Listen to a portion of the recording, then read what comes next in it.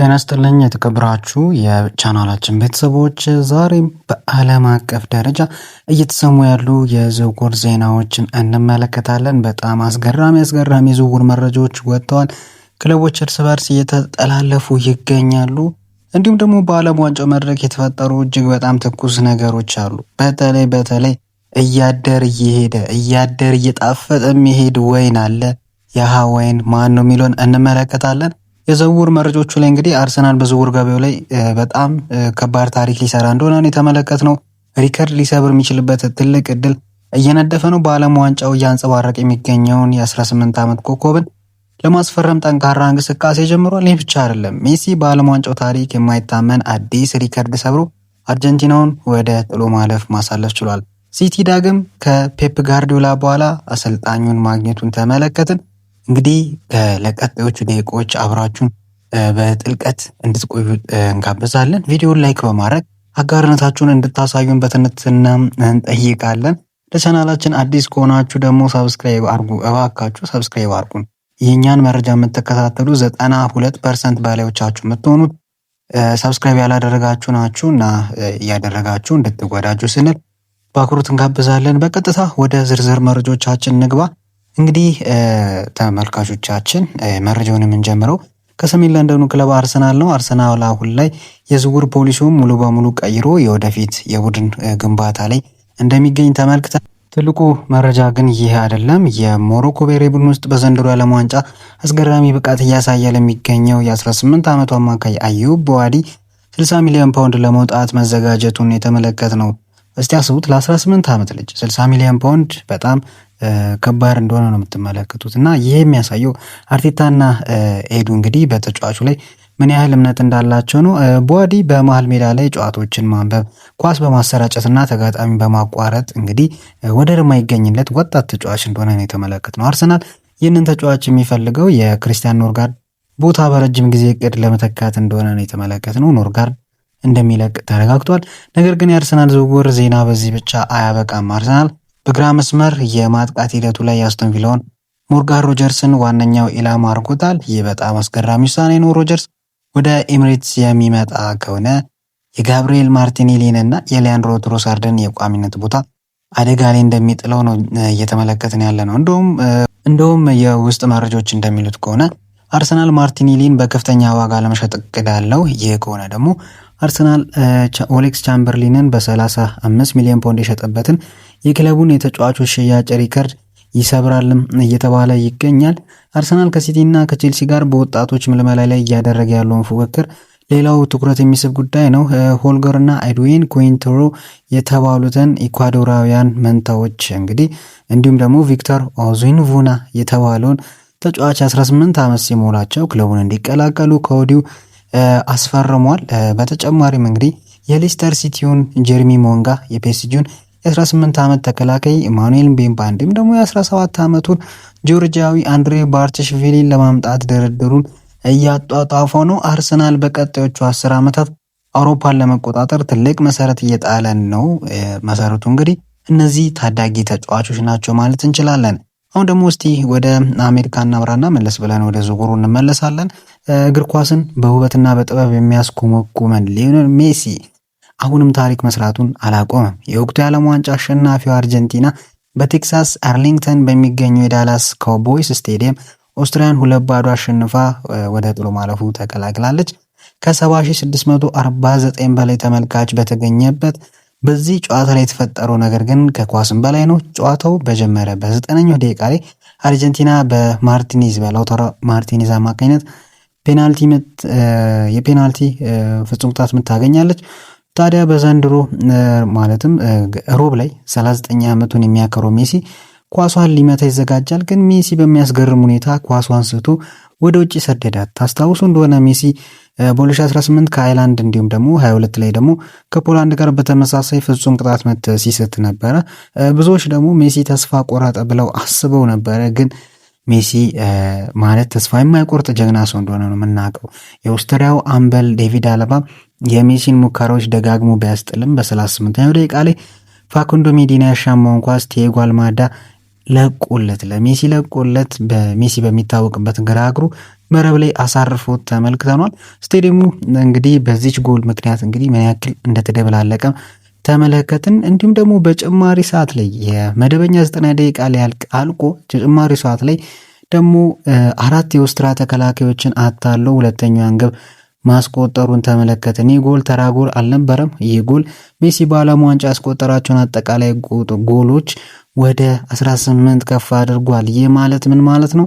ጀርመናዊ ሚሮስላቭ ክሎዝ ይዞት የነበረውን የ16 ጎሎች የምንጊዜም የዓለም ዋንጫ ከፍተኛ ግብ አግቢነት ሪከርድ ሜሲ በይፋ ሰብሮታል። ሮናልዶ ናዛሪዮ ማለትም የብራዚሉ ሮናልዶ፣ ፔሌ፣ ገርድ ሙለር ሁሉንም ወደ ኋላ ትቷቸው አልፏል። አርጀንቲና ምድቧን በ6 ነጥብ ስትመራ ኦስትሪያ ቀጣይ ከአልጄሪያ ጋር ወሳኝ ጨዋታ የሚኖራት ይሆናል። ኦስትሪያ በ3 ነጥብ ሁለተኛ ደረጃ ላይ የተቀመጠች ሀገር ነች ማለት ነው። በዚህም አርጀንቲና ወደ ቀጣዩ ዙር ማለፏን አረጋግጣለች። ከዓለም ዋንጫው ትኩሳት እንግዲህ ወደ ፕሪሚየር ሊግ እንመለስ።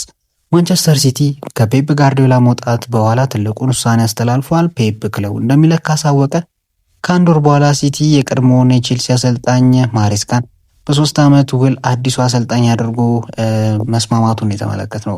ብዙዎች የጋርዲዮላን ጫማ ማን ሊተካ ይችላል እያሉ ሲጨነቁ ነበረ። ማሬስካ ግን ከዚህ ቀደም በሲቲ ውስጥ በረዳት አሰልጣኝነት የሰራ በመሆኑ የክለቡን ፍልስፍናና የጨዋታ ስልት ጠንቅቆ ያውቃል።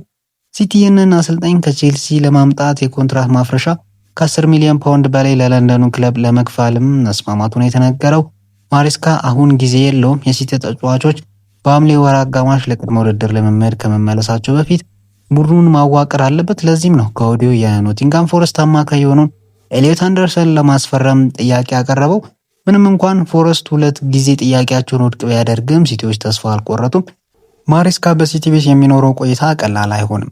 ምክንያቱም ደጋፊው ከጋርዲዮላ ዘመን በኋላ ከዋንጫ ውጪ ሌላ ነገር መስማት አይፈልጉም። ልክ ከማንቸስተር ዩናይትድ ከፈርጉሰን በኋላ እንደሆኑት ማለት ነው። ማለትም ምንም አይነት አሰልጣኝ ቢመጣ ዩናይትድ ቤት የፈርጉሰንን ኤራ የፈርጉሰንን ዘመን እያስታወሱ ነው የሚያፎካክሯቸው። አሁን ማሬስካ ከጋርዲዮላ ጋር ብቻ ነው የሚያፎካክሩት እና ከዚህ በኋላ ከማሬስካም በኋላ ሌላ አሰልጣኝ ቢመጣ በዚህ መልኩ ይስተናገዳል ማለት ነው።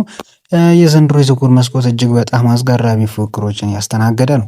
በተለይ ቼልሲ፣ ቶተናም እና ዩናይትድ ተጫዋቾችን ለመነጣጠቅ እያደረጉት ያለው ሽኩቻ የብዙዎችን ትኩረት ስቧል። የቼልሲው አዲስ እቅድ እንግዲህ በአሰልጣኝ ዣቢ አሎንሶ ስር ቼልሲ ዋናውን የግራ መስመር ተከላካይ ኩኩሪያን ወደ ማድሪድ በመሸጡ ምክንያት ትልቅ ክፍተት ተፈጥሮበታል። አሰልጣኝ ዣቢ አሎንሶ በአሁኑ ሰዓት ያለው አማራጭ ወጣቱ ጀራል ሃቶ ብቻ በመሆኑ ወደ ዝውውር ገበያ ወጥተው የጁቬንቱስን 26 ዓመት የግራ መስመር ተከላካይ አንድሪያ ካምቢያሶን ለማስፈረም ንግግር ጀምሯል። ቼልሲ 25 ሚሊዮን ዩሮ መነሻና 5 ሚሊዮን ዩሮ ተጨማሪ በአጠቃላይ 30 ሚሊዮን ዩሮዎችን አቅርቧል። ነገር ግን ጁቬንቱስ ተጫዋቹን ከ40 ሚሊዮን ዩሮ በታች አልሸጥም ብሏል። ካምቢያሶ ለጁቬንቱስ 150 ጨዋታዎችን አድርጎ 8 ጎልና 17 አሲስት በማድረግ እጅግ በጣም ጥሩ የሚባል ጊዜን አሳልፏል። ይህንን ዝውውር ለማሳለጥ እንግዲህ ቼልሲ ተጫዋቾች ልውውጥ ወይም ደግሞ ስዋፕ ዲል ሊያደርግ እንደሚችል ተሰምቷል።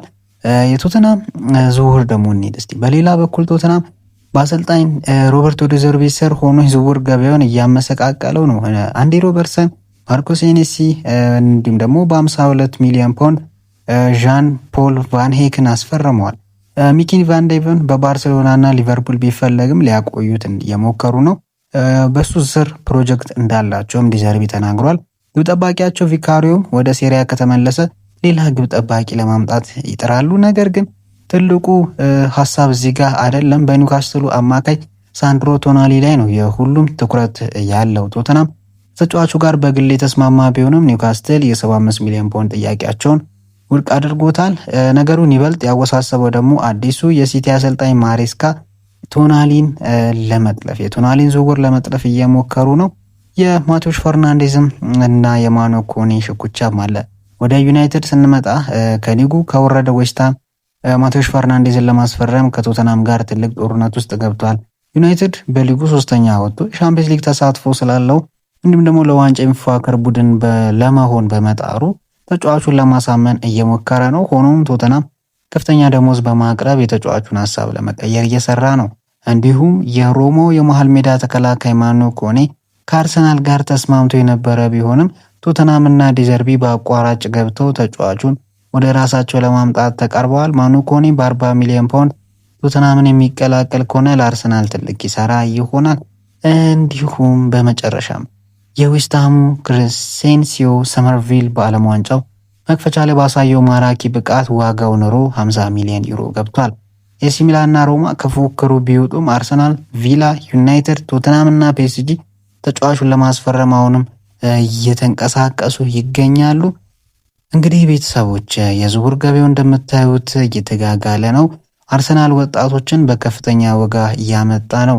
ሜሲ ሪከርዶችን ደግሞ እየሰባበረ ነው። ማሬስካ የፔፕን ወንበር ለመተካት ሲቲ ገብቷል። ቼልሲ እና ቶተንሃምም ገንዘብ እየተረጫጩ ምን ልበላችሁ ተጫዋቾችን ለመንጠቅ ጥረት እያደረጉ ነው።